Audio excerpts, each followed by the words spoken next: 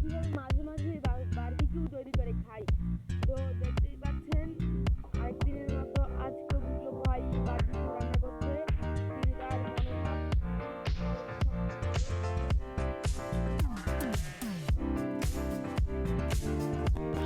বারবিকিউটা, তার হাতের বারবিকিউটা খাওয়ার জন্য খুবই আগ্রহী।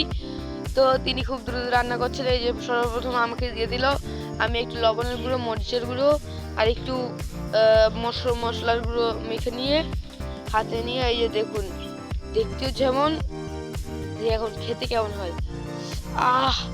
মুখে দেওয়ার সাথে কেমন একটা মাখন মাখন ভাব চলে এলো। সস ছাড়াও তার হাতের রান্নাতে এত ভালো লেগেছে আমাদের। আমরা যদি বারবিকিউটা রান্না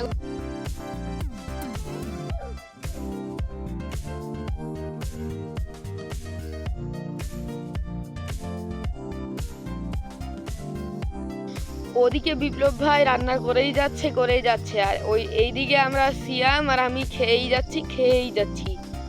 তো তার হাতের কোনো তুলনাই হয় না। ও একটু লবণ মাখিয়ে নিয়ে, একটু মশলা মাখিয়ে নিয়ে, একটু হলুদ মাখিয়ে নিয়ে এটা